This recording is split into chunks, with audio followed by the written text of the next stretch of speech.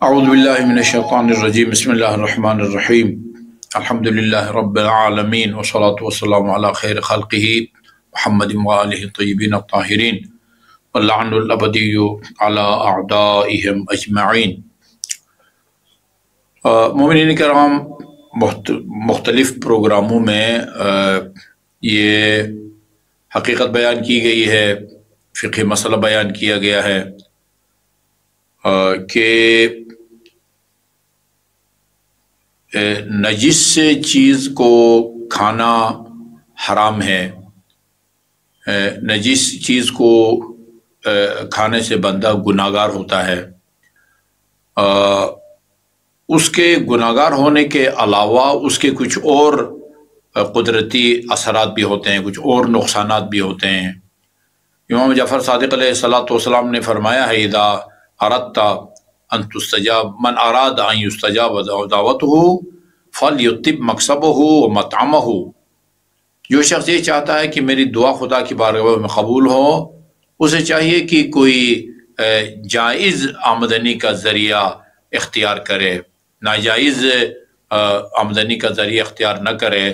سودی کاروبار ہے، رشوت وغیرہ لیتا ہے، یا کوئی اور منشیات وغیرہ کا کاروبار نہ کرے۔ دوسرا یہ کہ 100% حلال کی کمائی بھی ہو، تو کما کے کھانے پینے کی چیزیں جو گھر بندہ لاتا ہے ان کو پاک ہونا چاہیے، اور یہ مسئلہ بہت دفعہ بیان کیا گیا، اور ابھی مومنین استفسار بھی کر رہے ہیں، وضاحت مانگ رہے ہیں کہ عام طور پر ہوتا یہ ہے کہ یہ مسئلہ یعنی معلوم ہونا چاہیے بطور تمہید۔ جب جانور کو ذبح کیا جاتا ہے تو ذبح کرتے وقت ذبح کے نتیجے میں جو خون نکلتا ہے، جس کو دم مسفوح کہا جاتا ہے، وہ ناپاک ہے۔ یہ جتنا خون نکلتا ہے وہ اس کو نکلنے دیں، اور پھر وہ خون نکلتے وقت ظاہر ہے وہ اس کی گردن جو کٹی ہوتی ہے وہ ساری اسی ناپاک خون سے آلودہ ہوتی ہے۔ دیہاتوں میں بعض مسائل سے آگاہ لوگ یہ کام کرتے ہیں کہ ذبح کرنے کے بعد پھر اس جگہ کو پاک کرتے ہیں۔ اب وہ جاری پانی سے یا قلیل پانی سے اس جگہ کو پاک کرتے ہیں۔ پاک کرنے کے بعد اس کے پیٹ کے اندر جو خون رہ جاتا ہے وہ ناپاک نہیں ہے۔ ایک جگہ خون اگر پیٹ میں جمع ہے تو اس کا پینا تو حرام ہے، جس طرح مٹی کھانا حرام ہے، لیکن اس کو اگر آپ کا ہاتھ لگ جائے تو وہ ناپاک نہیں ہے۔ تو لیکن عام طور پر ہوتا یہ ہے، خصوصاً شہروں میں یہ بڑے تھوک کے حساب سے جانور ذبح ہوتے ہیں، گائے، بھینس، اور یہ پتہ نہیں بیل یا بھیڑ بکری وغیرہ، یا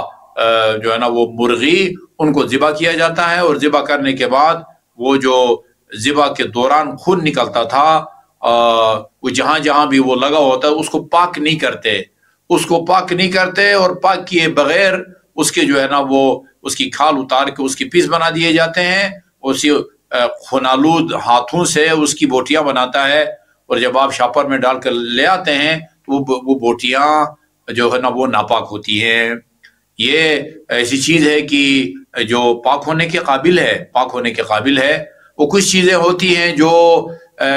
وہ کپڑا ہے یا فرش ہے، تو جب کوئی نجاست اس کے اوپر گرے تو اس کے اندر تک وہ نجاست سرایت کر جاتی ہے، اندر تک چلی جاتی ہے۔ کچھ چیزیں ایسی ہوتی ہیں کہ جو اندر تک سرایت نہیں کرتی۔ ہمارے ہاتھ کو خون لگ جائے، وہ اندر تک سرایت وہ نہیں کرتا، اوپر کی سطح جو ہے وہ ناپاک ہو جاتی ہے۔ اسی طرح برتن ہے، آپ کے اسٹیل کے برتن ہے، پلاسٹک کے برتن ہے، تانبے کے برتن ہے، پیتل کے، یہ ان کے اندر نجاست جو ہے وہ سرایت نہیں کرتی، وہ بس اوپر کی سطح اس کی نجس ہوتی ہے۔ اسی طرح گوشت بھی ایسا ہے، گوشت کی بوٹیاں جو ہے وہ نجاست اس کے اندر سرایت نہیں کرتی ہے، لہٰذا اس کے اوپر کی سطح کو پاک کرنا ہوتا ہے۔ اگر اس کو پاک نہ کرے اور خاتون خانہ کو اس کے پاک کرنے کا طریقہ نہ آتا ہو، تو جو سالن پکائے گی، کھانا پکائے گی، وہ سارا کا سارا وہ سالن وہ ناپاک ہو جائے گا۔ اور ناپاک ہونے کے نتیجے میں یا ان کا نقصان یہ ہے کہ اب اگر انسان کو پتہ ہو کہ یہ چیز ناپاک ہے پھر بھی کھائے تو اس کے دو نقصان ہیں۔ ایک تو بندہ گناہگار ہوتا ہے،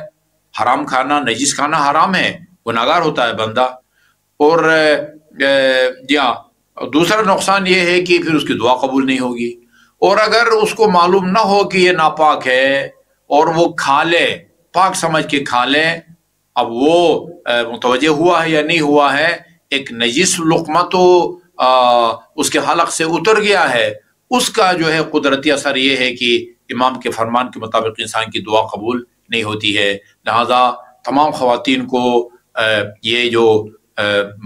مارکیٹ سے قصائص ہے یا مرغیوں والوں سے جو مرغی کا گوشت اور بوٹیاں لاتے ہیں پیس بنوا کے، ان کو پاک کرنے کا طریقہ معلوم ہونا چاہیے۔ دیکھا یہ گیا ہے کہ مثلا وہ ایک ٹب کے اندر پانی ہوتا ہے، اس کے اندر جو ہے نا وہ بوٹیوں کو ڈال دیا جاتا ہے اور بس ان کو ہاتھ سے جو ہے نا وہ ہلا کے نکال کے دیگچی میں ڈال دیتے ہیں۔ وہ جبکہ اگر ٹب کے اندر پانی پڑا ہوا ہو پہلے سے، اس کے اندر جیسے ہی آپ پہلی بوٹی ڈالیں گے جو ناپاک ہے، وہ ٹب کا پانی سارا ناپاک ہو جائے گا، ٹب کا پانی ناپاک ہو جائے گا کیونکہ ابھی یہ آلودہ ہے۔ لہٰذا اس کو پاک کرنے کا طریقہ یہ ہے کہ آپ مثلا اپنے کچن میں اس کو خاتون پاک کرنا چاہتی ہیں، اور ظاہر ہے اوپر چھت پر جو ہے عام طور پر ٹینکی ہوتی ہے اور وہاں سے پائپوں کے ذریعے پانی آتا ہے، تو سب سے پہلا آپ یہ کام کریں کہ کسی برتن میں، دیگچے میں وہ گوشت کی بوٹیاں ڈالیں اور ان کو ملے، یعنی ان کو ہاتھ واتھ کریں تاکہ وہ جو خون جم گیا ہے وہ حل ہو جائے، اور اس کو اس طرح جو ہے نا وہ گرا دیں، یعنی گوشت کی بوٹی پر جو ہے وہ ایک معمولی بھی خون کا جو ہے نا وہ ذرہ جو ہے نا وہ نہ رہے۔ عین نجاست جو کہ خون ہے اس کو زائل کرنے کے بعد، اس کو دور کرنے کے بعد جاری پانی میں ایک دفعہ بھی بوٹی کو دھوئیں گے تو وہ بوٹی پاک ہو جائے گی۔ اور اگر لوٹے پانی سے اگر دھونا چاہتے ہیں تو اس طریقے سے عین نجاست کو دور کرنے کے بعد احتیاط کے طور پر 2 دفعہ بھی لوٹے سے پانی ڈالیں تو یہ پاک ہو جائے گی۔ اب یہ 2 دفعہ 3 دفعہ وہ تسلی کے لیے وہ بے شک کریں، لیکن ضروری یہ ہے کہ آپ ٹپ میں ان کو نہ ڈالیں، ٹپ میں ڈال کے اور وہیں ان کو نچوڑ کے باہر نکالیں، وہ تو یقیناً جو ہے نا وہ ناپاک ہوگی بوٹیاں، اور سالہ جو ہے نا وہ سالن ناپاک ہو جائے گا، اور سارے گھر والے جو ہے نا وہ ناپاک کھانا کھائیں گے، اس کے نتیجے میں جو ہے نا وہ دعا قبول نہیں ہوگی۔ مجھے امید ہے کہ یہ طریقہ جو ہے نا وہ ہماری خواتین کو سمجھ میں آ گیا ہوگا، اور اس طریقے کے مطابق آئندہ گھر میں آنے والا جو گوشت ہے اس کو پاک کریں گی۔